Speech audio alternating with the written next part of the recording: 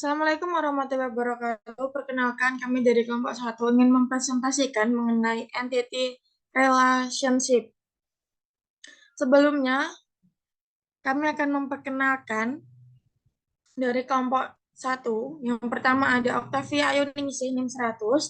Selanjutnya ada Korea Turisala NIM 107, Lilis Noviana NIM 145, Reni Adijaya Santi NIM 146, Nabila Rahmawati Alamri NIM 148, Nur Afwa Sofia NIM 149, yang terakhir ada Dwi Ayu Lestari NIM 150. Yang pertama ada Entity Relationship Model. Metode data entity relationship memungkinkan untuk menggambarkan data yang terlibat dalam perusahaan dunia nyata dalam hal objek dan hubungannya secara luas. Digunakan untuk mengembangkan desain basis data awal, memberikan konsep berguna untuk memungkinkan beralih dari deskripsi informasi tentang apa yang diinginkan pengguna dari database ke deskripsi yang lebih rinci dan tepat. Metode ER sangat berguna dalam memetakan makna dan interaksi perusahaan dunia ke dalam skema konseptual karena banyak alat desain database menggunakan konsep dari metode ER. Metode ER menggunakan 3 konsep dasar, yaitu yang pertama set entitas, yang kedua set relasi, dan atribut. Selanjutnya adalah entitas. Entitas adalah benda atau objek di dunia nyata yang dapat dibedakan dari semua objek lainnya. Misalnya, setiap orang di universitas adalah entitas. Entitas memiliki seperangkat properti dan nilai untuk beberapa set properti, mungkin secara unik mengidentifikasi entitas. Misalnya, seseorang mungkin memiliki properti ID yang nilainya unik yang sangat mengidentifikasi orang tersebut. Dengan demikian, contoh nilai 192.110.761 untuk ID orang akan secara unik mengidentifikasi orang tersebut. Demikian pula, mata kuliah dapat dianggap sebagai entitas dan kode mata kuliah secara unik mengidentifikasi entitas mata kuliah di universitas. Suatu entitas mungkin konkret seperti orang atau buku, atau mungkin abstrak seperti mata kuliah, perkuliahan, atau penjualan. Selanjutnya ada entity set atau set entitas adalah himpunan entitas dengan tipe yang sama yang berbagai properti atau atribut yang sama. Himpunan semua orang yang menjadi dosen di universitas tertentu, misalnya dapat didefinisikan sebagai aset entitas dosen, demikian pula himpunan entitas mahasiswa dapat mewakili himpunan semua mahasiswa di universitas.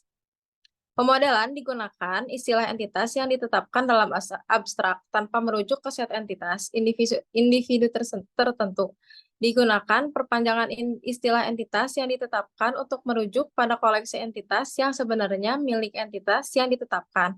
Dengan demikian, himpunan dosen di universitas membentuk perpanjangan dan dari set entitas dosen.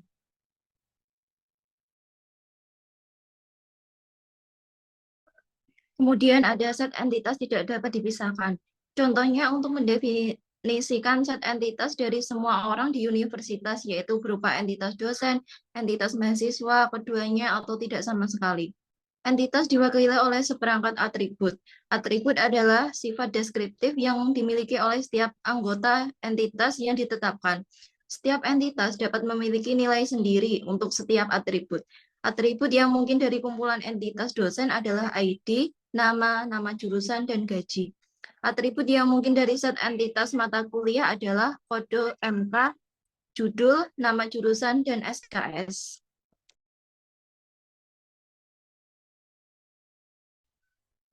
Setiap entitas memiliki nilai untuk setiap atributnya. Misalnya, entitas dosen tertentu dapat memiliki nilai 10.021 untuk ID, nilai Raisa untuk nama, nilai sistem informasi untuk nama jurusan, dan nilai 3 juta untuk gaji. Atribut ID digunakan untuk mengidentifikasi dosen secara unik, karena mungkin ada lebih dari satu dosen dengan nama yang sama. Di Indonesia, NIK atau nomor induk kependudukan digunakan sebagai atribut yang nilainya mengidentifikasi orang tersebut secara unik. Secara umum, perusahaan harus membuat dan menetapkan pengidentifikasi unik untuk setiap karyawannya. Basis data dan mencakup kumpulan set entitas yang masing-masing berisi sejumlah entitas dari jenis yang sama. Tabel 4.1 dan 4.2 menunjukkan bagian dari basis data universitas yang terdiri dari dua set entitas, dosen dan mahasiswa. Agar gambarnya sederhana, hanya beberapa atribut dari dua set entitas yang ditampilkan.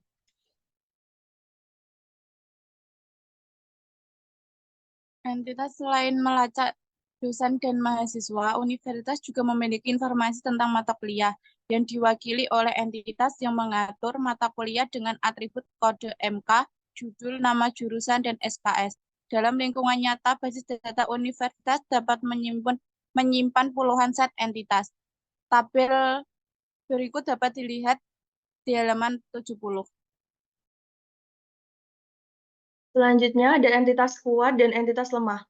Entitas kuat yaitu entitas mandiri yang keberadaannya tidak bergantung kepada keberadaan entitas yang lainnya. Sebaliknya, entitas lemah adalah entitas yang keberadaannya bergantung kepada keberadaan entitas lainnya. Entitas lemah tidak akan memiliki arti di dalam ERD tanpa adanya entitas kuat lainnya, tempat entitas tersebut bergantung. Entitas lemah tidak memiliki pengidentifikasinya sendiri dan berperan sebagai pengidentifikasian sebagian. Contoh, entitas pasangan dosen yang merupakan entitas lemah yang bergantung pada entitas dosen. Tanpa adanya entitas dosen, maka entitas pasangan dosen tidak memiliki arti dan tidak dibutuhkan.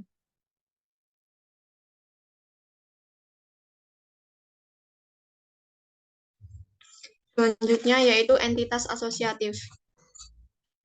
Entitas asosiatif adalah entitas yang terbentuk dari suatu relasi dan tidak bisa berdiri sendiri.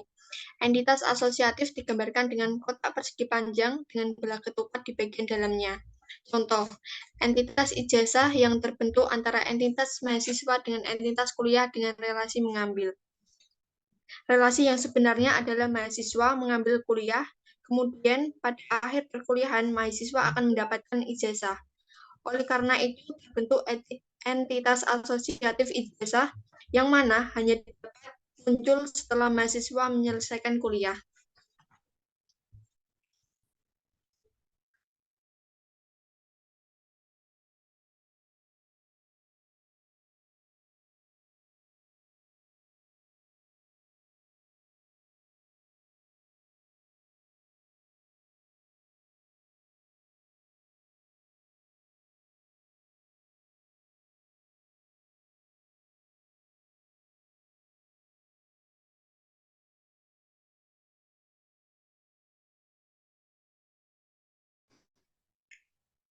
Sekian presentasi dari kelompok kami.